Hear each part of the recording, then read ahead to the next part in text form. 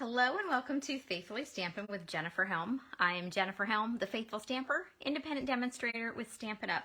Today I have for you what I'm calling a scrap saver card.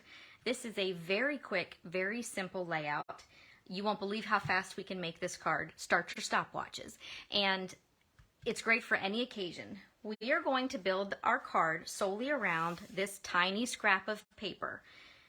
And I'm going to show you how to do it. So we'll go ahead and get started. So this is a card that's great for mass producing if you have something you need in a hurry and you don't want to get involved in a big fancy layout. Super quick, super easy. We are going to start with a card base. This is a piece of Daffodil Delight.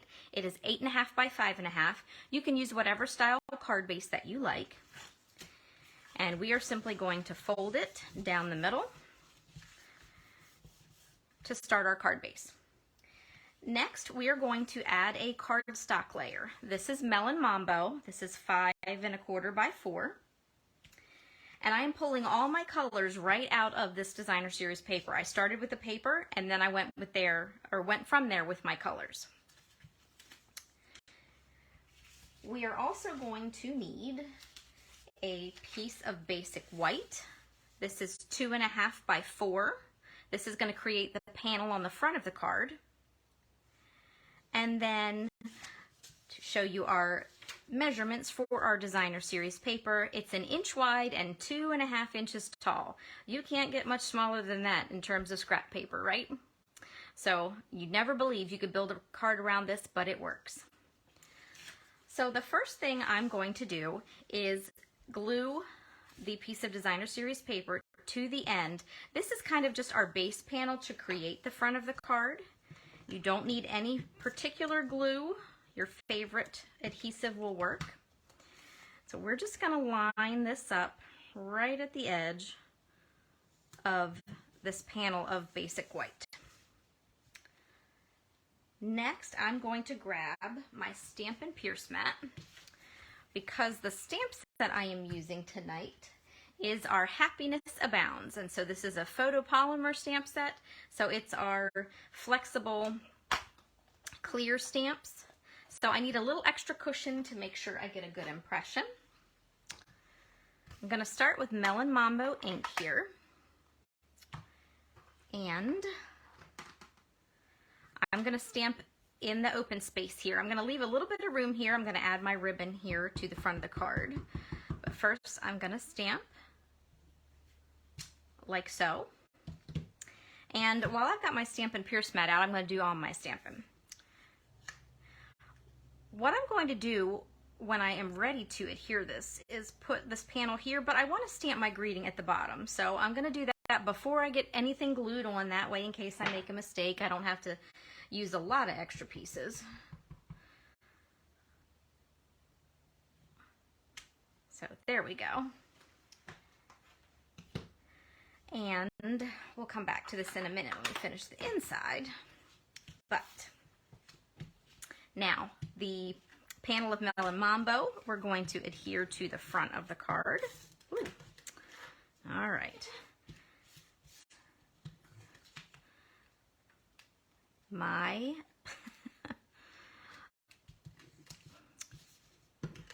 there we go. My adhesive is famously camera shy and decided to act up right then and there on camera. Okay. Anyway, back to the card. Layer that down. Now before I adhere this, I want to add ribbon. So it's basically going to hide the seam and just provide another accent point for my card. So I have some sheer ribbon in polished pink. It is close enough to the Melon Mambo color that it works for this card. So I like to trim a little bit wider ribbon than the panel I'm working with. I kind of cheat. I like to take Scotch tape and anchor my ribbon. Some people use glue or adhesive. I always find that fussy. So I like to use Scotch tape to do my anchoring here. So I'm just going to tuck these edges of the ribbon down around behind the card, and the tape will keep it in place, just like that. Now I'm ready to glue this onto the card front. So a little more adhesive here. I like to do a little extra on pieces with the ribbon tabs, just to make sure it doesn't want to go anywhere. And now I can position this panel where I want. I tend to keep it towards the top. You can position it wherever you like on the card if it suits you better in the center or towards the bottom, but in most cases mine was anchored here mostly towards the top of the card. I'm going to add a bow, same ribbon here. I'm a little bit better at tying bows off the spool of ribbon, at least most days. And then once this is tied, I can cut the edge of my ribbon, trim those ends, and then I like to add my bows directly to glue dots.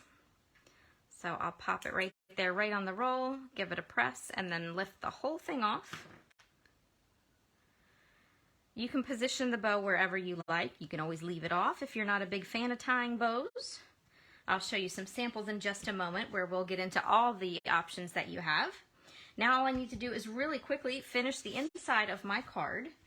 So to do that, I have a panel of basic white. This is 5 1/4 by 4.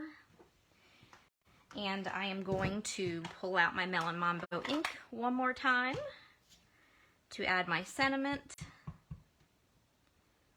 for the inside of the card.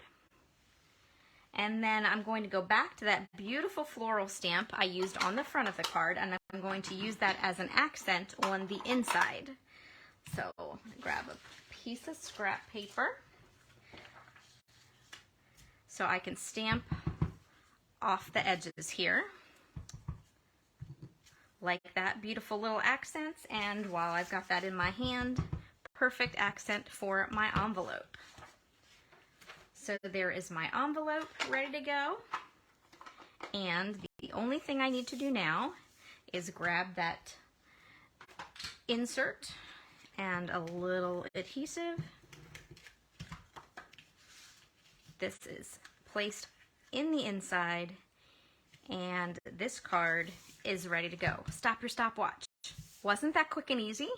So you can imagine how quickly you could make a whole bunch of these at one time, especially if you're using a large piece of paper like a 12 by 12 or a 6 by 6. You're going to get a ton of these pieces out of that card or out of that piece of paper.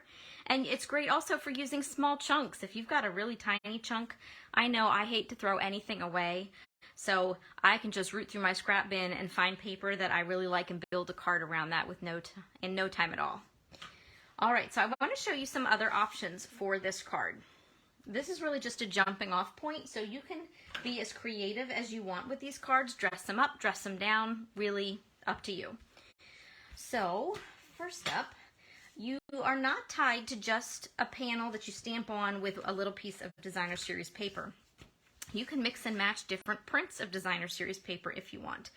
For example, this one, same panel here, but I mixed and matched with other pieces of designer series paper from this paper suite and ran them the whole length of the panel. Instead of ribbon here, I covered the seam with another piece of paper, and then I fussy cut a flower and added some bling. So same layout, just a little bit different of a card.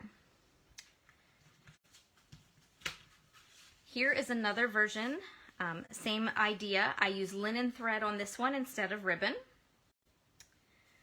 You can also use baker's twine.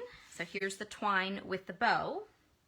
And if you want to step it up just a little bit more, if you think this is a little bit plain, you can very quickly change the look by adding one more panel of cardstock. This one, I simply added a panel of cardstock that was 2 3/4 of an inch tall by 4 inches wide, just to give a little frame to this piece that I made the focal point of the front of the card. Just really simple way to change the look. These cards are great for any occasion. Here is a fall version. Again, using 2 pieces of designer series paper that coordinate together. Here I went with ribbon and some embellishments.